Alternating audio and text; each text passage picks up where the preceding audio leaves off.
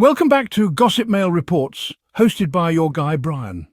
You know I keep my ears to the streets so you don't have to. And today's stories, whew, they're as messy as it gets, from fresh Jay-Z allegations to a legal blow for Blake Lively and some explosive drama with Nicki Minaj. So grab a drink, get comfy and let's dive right in. Jay-Z allegations, guys, have begun in a completely different way than some of us expected, or at least it's bubbling under the surface in ways many didn't see coming. Longtime partner of Colin Kaepernick, Nessa Diab, has come forward with bold claims that Jay-Z, Roc Nation and Desiree Perez are allegedly using similar smear tactics on Nicki Minaj that were once used against Kaepernick. According to Nessa, Roc Nation allegedly accepted $5 million annually over several years to suppress the growing protest movement and to undermine Kaepernick's efforts. That's serious. She says Nicki exposing this kind of smear campaign mirrors what happened to Kaepernick when Jay-Z supposedly co-opted his protest by siding with the NFL to help its image after they blackballed him. Nessa said she called this out years ago, but people were too scared to speak up. Roc Nation, she alleges, took that money to help the NFL move on from controversy, particularly surrounding teams' refusal to sign Kaepernick. Desiree Perez was even caught on CCTV talking about Roc Nation being out by $40 million and needing cash to stay afloat. They allegedly secured last-minute funds thanks to her hustle, and according to Nessa, it came at the cost of selling out a movement. Now, Nicki Minaj is on Stationhead throwing shade, implying that Jay-Z and Roc Nation were behind the 2018 smear campaign against Drake and even his son Adonis. She's not holding back. She joked that all Jay has to do is say, "Diss this person and I'll give you an award, maybe even a Super Bowl performance." Things are getting messy, fast. Jay-Z, Roc Nation and Desiree Perez are facing new waves of allegations of corruption, of using their power to orchestrate moves from behind the curtain. Think of it like this. They're driving the car to the crime scene, but they've got gloves on, no fingerprints on the wheel, especially when it comes to Kaepernick. Allegedly, there was an active effort to bury what was happening with him, to co-opt the message and reshape it in a way that suited corporations, not justice. It's not a good look for Jay-Z, especially considering he's also dealing with the Ramia case, calling it harassment. Add in lawsuits, burglaries, defamation cases getting dismissed, he's juggling fire on all sides. Speaking of lawsuits, the one with Tony Busby, who Jay-Z tried to hit with a defamation suit, that was dismissed too. One blow after another, and it's not stopping. The Nicki verses.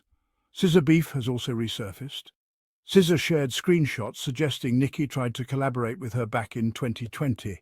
She's using it to say Nicki is fake, but really who cares what happened 5 or 6 years ago?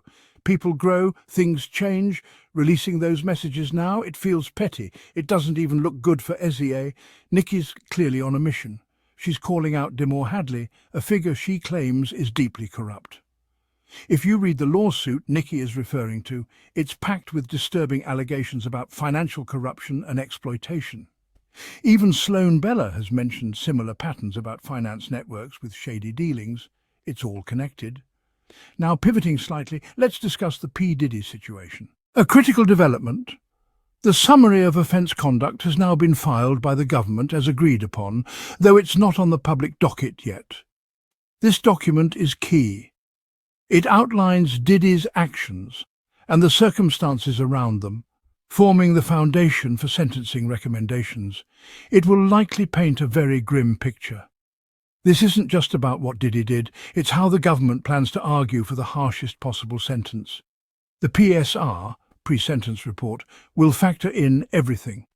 Diddy's criminal history, even that nightclub shooting with J. Lo in the 90s, personal background, education, and any victim impact statements. Even if he legally escaped the consequences of that older incident, it can still be mentioned to establish a pattern. It's all very serious, and what's going into this document will weigh heavily on his fate. Now let's swing over to Blake Lively, who's also taking a major L. She tried to include social media manager Jed Wallace in her civil lawsuit, claiming he helped Justin Baldoni. But Wallace's request to be removed was granted. Why? Because Blake filed in New York and he lives in Texas. That's a rookie mistake, and it's on her legal team. You've got to file in the right jurisdiction. especially when you're going after someone who lives in another state. So now Blake has to backtrack and probably refile. On top of that, her deposition has been pushed back to July 31st, and losing Wallace as a co-defendant weakens her case significantly. What's more, she's out here subpoenaing YouTubers via Google, literally going after creators who've been critical of her or who've covered her legal drama. That makes her look like a control freak trying to suppress free speech. It's giving, I can't control the narrative, so I'll sue until I can. Blake doesn't seem to understand that when you go after independent voices, especially in this social media age, it backfires. Hard. She's already lost the PR battle. Public opinion isn't on her side. She's now seen as someone who uses her influence to silence dissent instead of responding with transparency or humility. Meanwhile, Nicki's not letting up. She's tweeted about how Jay-Z's team has manipulated streaming numbers, bought bots, and kept artists under their thumb. She's accused them of withholding her money and trying to erase or silence her while still profiting from her brand. She's demanding justice for Demoria, and she's not backing down. Desiree Perez is at the centre of this. Her name has been trending for days, and she likely wants nothing more than for it all to go away. But when you're used to controlling everything and suddenly the internet turns on you, you wild out, and that's exactly what's happening. Jay-Z even had to respond to the Ramia allegations to try and get ahead of it all because the Desiree-Nicki accusations are piling up fast. It looks like damage control, and the internet is watching closely. Whew, what a whirlwind. Jay-Z, Nicki Minaj, Diddy, Blake Lively. It's like the entire Hollywood power structure is being shaken up right now. What do you think of these latest developments? Is Nicki right to call them all out? Did Blake Lively go too far trying to subpoena YouTubers? And what's next for Jay-Z as the smoke starts catching fire?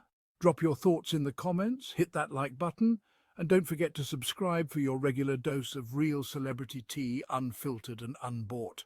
This has been Gossip Mail Reports with Brian. See you in the next video.